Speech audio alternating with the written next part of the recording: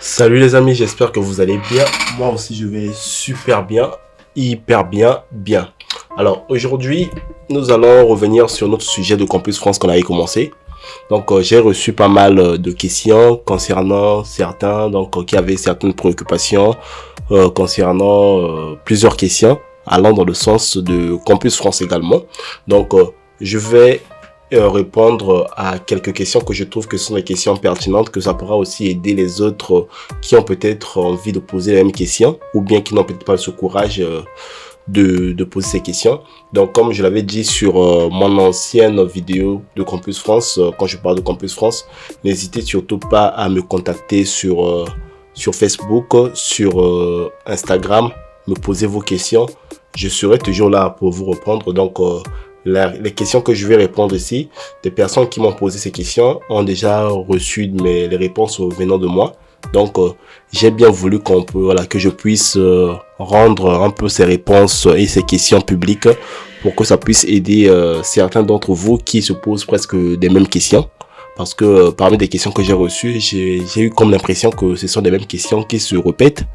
Donc j'ai bien réfléchi, je me suis dit en répondant à ces questions, ça va aider beaucoup. Donc là, je vais déjà prendre une personne qui m'a posé des questions. Donc il y a des questions par exemple de melting to the imprisoned image of a damaged mind, ravaged by an unforgiving time, expressed divinely by a man, not a god, but wrapped so timely in the sinews of my aching body's course that traveled blindly.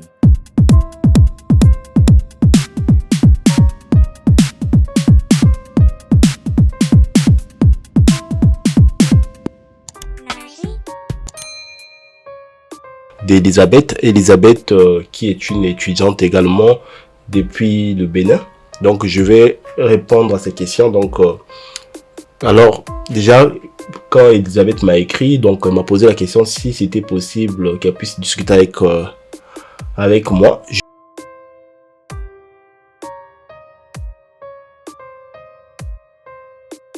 C'était possible.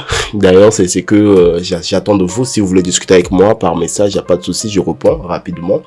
Alors, Elisabeth m'a posé la question qu'elle voulait avoir beaucoup de renseignements concernant Campus France. Moi, je lui ai demandé, donc, il n'y avait pas de souci, elle voulait savoir quoi sur Campus France.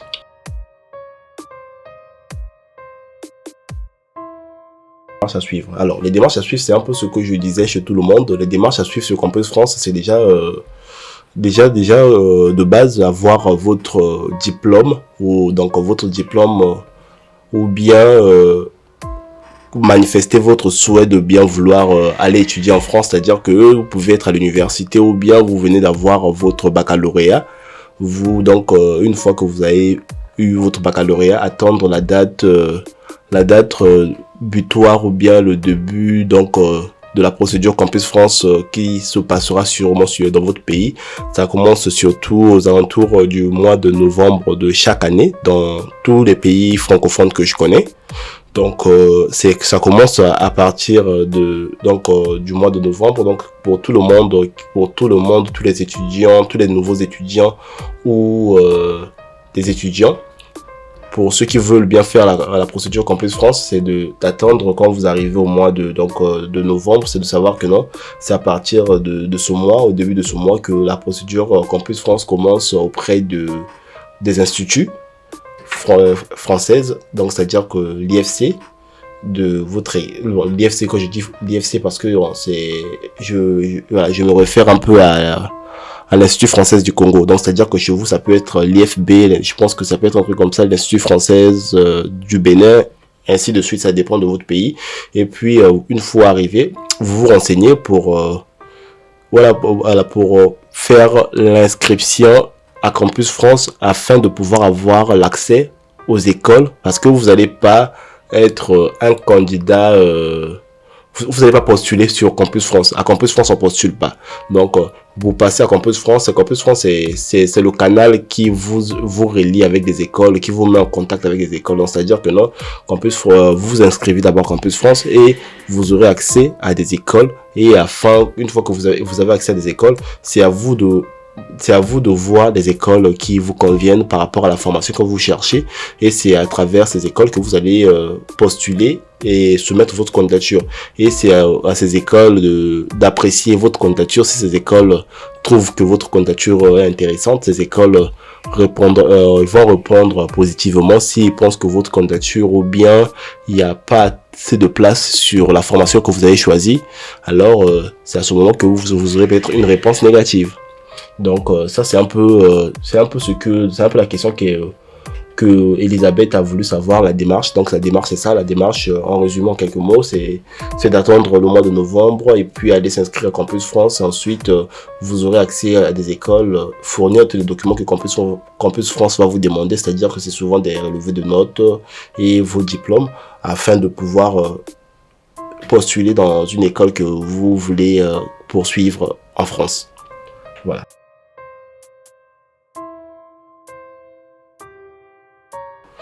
Donc ça c'est souvent un conseil que je donne souvent chez tout le monde, mais c'est pas un conseil qui doit être un conseil général. Pour moi ça reste un conseil, c'est-à-dire que là où vous êtes, il y a la plupart des personnes qui reviennent dans des pays francophones, surtout pour ceux qui reviennent des pays africains. On a souvent un peu ce petit problème, c'est-à-dire quand on revient des pays africains, quand on postule en licence, on a une licence, on veut postuler directement en master. Il y a un problème qui se trouve ici en France, peut-être qu'on ne vous le dit pas. En France, déjà, même des étudiants qui ont des licences, qui obtiennent des licences ici en France, parfois ils ont du mal à trouver une place en master. Donc moi, j'ai souvent tendance à conseiller les gens de pouvoir postuler en licence, même si vous avez une licence, vous postulez en licence 3, donc refaire une licence. Voilà, vous n'allez pas reprendre la licence au début, vous allez juste postuler pour une licence 3. Quand on voit que non, la personne a déjà une licence, postule par exemple pour une nouvelle licence, c'est-à-dire que là, par exemple, vous avez une licence par exemple en ressources humaines, vous postulez un peu par exemple à une licence en administration économique et sociale, ça va un peu dans le même sens, et on voit que peut-être cette personne a envie d'une deuxième licence afin de pouvoir poursuivre ses études. Donc chaque personne a sa vision, son projet d'études. C'est comme ça que c'est à ce niveau que vous multipliez les chances, parce que là c'est souvent les gens qui ont une licence et postulent pour une licence 3 ont souvent, en fait, leur dossier pèse plus qu'une personne qui n'a jamais fait une licence qui est peut-être en licence 2 passe en licence 3, qui veut postuler en licence 3, et la personne qui a déjà une licence 3 mais qui a postulé en licence 3. Maintenant pour des masters, toutefois, ça reste pas quelque chose qui est extraordinaire, mais ça reste toujours possible. Il y a des gens qui, depuis le pays là où ils se trouvent, ils postulent en master, ils ont une licence, ils postulent en master, ils finissent par avoir leur candidature finissent par être acceptée. Mais ce sont des cas rares, parce que la plupart des écoles déjà ici en France, des étudiants qui se retrouvent parfois sans master parce que des quotas sont déjà établis, donc il n'y a pas de place. Donc pour vous, par exemple, vous qui êtes à l'étranger, quand vous voulez venir en France pour postuler en master 1, alors qu'il y a déjà des étudiants qui sont en train de galérer en master 1 parfois, vous avez moins de chances par rapport aux autres. Donc je pense que à ce niveau, on arrive un peu à se comprendre. Donc c'est ce que j'avais conseillé à Elisabeth, et je lui ai demandé si elle pouvait faire une licence 3 dans le domaine qu'elle souhaite, et puis ensuite bien continuer maintenant, faire un master, donc avoir une licence française et puis avoir un master, postuler à son master, ainsi de suite. C'était comme ça que je lui ai conseillé. Mais sinon, toutefois, vous pouvez toujours postuler en master si vous le souhaitez. Mais souvent, si vous n'avez pas une bonne moyenne, votre dossier sera peut-être rapidement écarté, vous aurez moins de chance par rapport aux autres. Voilà. Donc, Elisabeth, elle m'a fait comprendre que non, elle avait fait une licence en administration générale et territoriale, donc elle voulait poursuivre un master en gestion des projets. Donc c'est ce que je lui ai conseillé.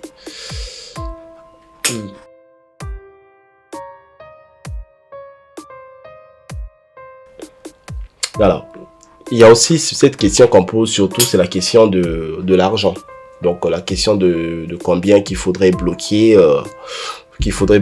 pour pouvoir venir en France. Donc en équivalence pour tous ceux qui sont dans les pays de la zone franc CFA, c'est surtout le montant Le montant le plus connu, c'est surtout aux alentours de 5 millions de francs CFA. Donc, c'est-à-dire que vous calculez ça en euros. En euros, nous sommes à peu près à 7 000 et quelques euros. C'est ce montant que les gens doivent bloquer dans leur compte.